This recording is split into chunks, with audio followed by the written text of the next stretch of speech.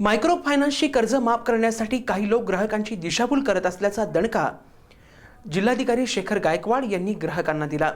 तर नियमबाह्य तक्रारी आल्यास तात्काळ कारवाई करू अशी ग्वाही पोलीस प्रशासनाने दिली आहे। सांगली जिल्ह्यात मायक्रो फायनान्सच्या 26 कंपन्यांना आरबीआयने कर्ज वाटपाची परवानगी दिली असून मायक्रो फायनान्सचे कर्ज माफ होईल यासाठी काही लोक ग्राहकांची दिशाभूल करतायत अशी माहिती जिल्हाधिकारी शेखर गायकवाड यांनी देत आंदोलकांना दणका दिलाय।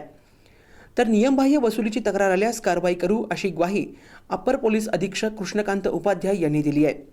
याबाबत बोलताना जिल्हाधिकारी शेखर गायकवाड म्हणाले की जिल्ह्यात आरबीआयने 26 मायक्रो फायनान्स कंपन्यांना 24% व्याजदराने कर्ज वाटपास परवानगी दिली आहे।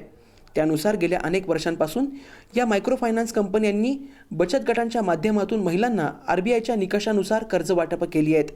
दरम्यान आरबीआयच्या निकषानुसार मायक्रो फायनान्स कंपन्यांना 24% व्याजदर आकारण्यास परवानगी आहे, मात्र त्यापेक्षा जास्त व्याज आकारणी केल्यास अशी तक्रार आल्यास नक्कीच कारवाई करू अशी ग्वाही अप्पर पोलीस अधीक्षक कृष्णकांत उपाध्याय यांनी दिली।